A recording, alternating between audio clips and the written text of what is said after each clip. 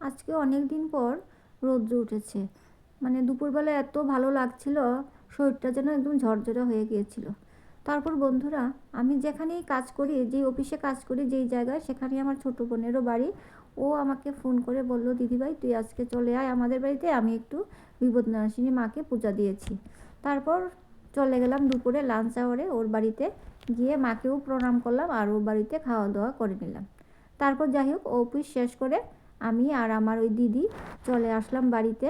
আর আসার সময় একটু ভিডিও করেছিলাম, মানে চারটাকে দেখতে এত ভালো লেগেছিল কি বলবো, তাই আমি এটা একটু রেকর্ড করে নিয়েছিলাম। তারপর যাই হোক, মানে অফিস থেকে এসে বাড়ি ফিরে যা যা প্রতিদিনের কাজ তাই করলাম।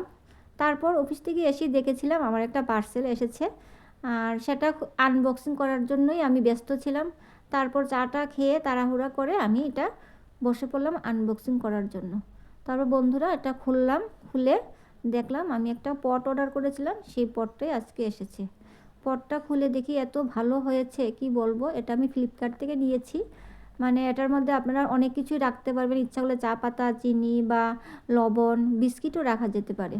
তাই আপনার যদি ভালো লাগে তাহলে আমাকে জানাবেন, আমি লিঙ্কটা দিয়ে দেব। তাহলে বন্ধুরা, আমার ভিডিওটা এখানেই আমি শেষ করলাম। আর যদি ভালো লেগে থাকে তাহলে আমার চ্যানেলটা একটু সাবস্ক্রাইব করে দেবেন আর লাইক করে দেবেন। তাহলে দেখা হবে পরের ভিডিওতে। আপনারা সবাই ভালো থাকবেন, সুস্থ থাকবেন।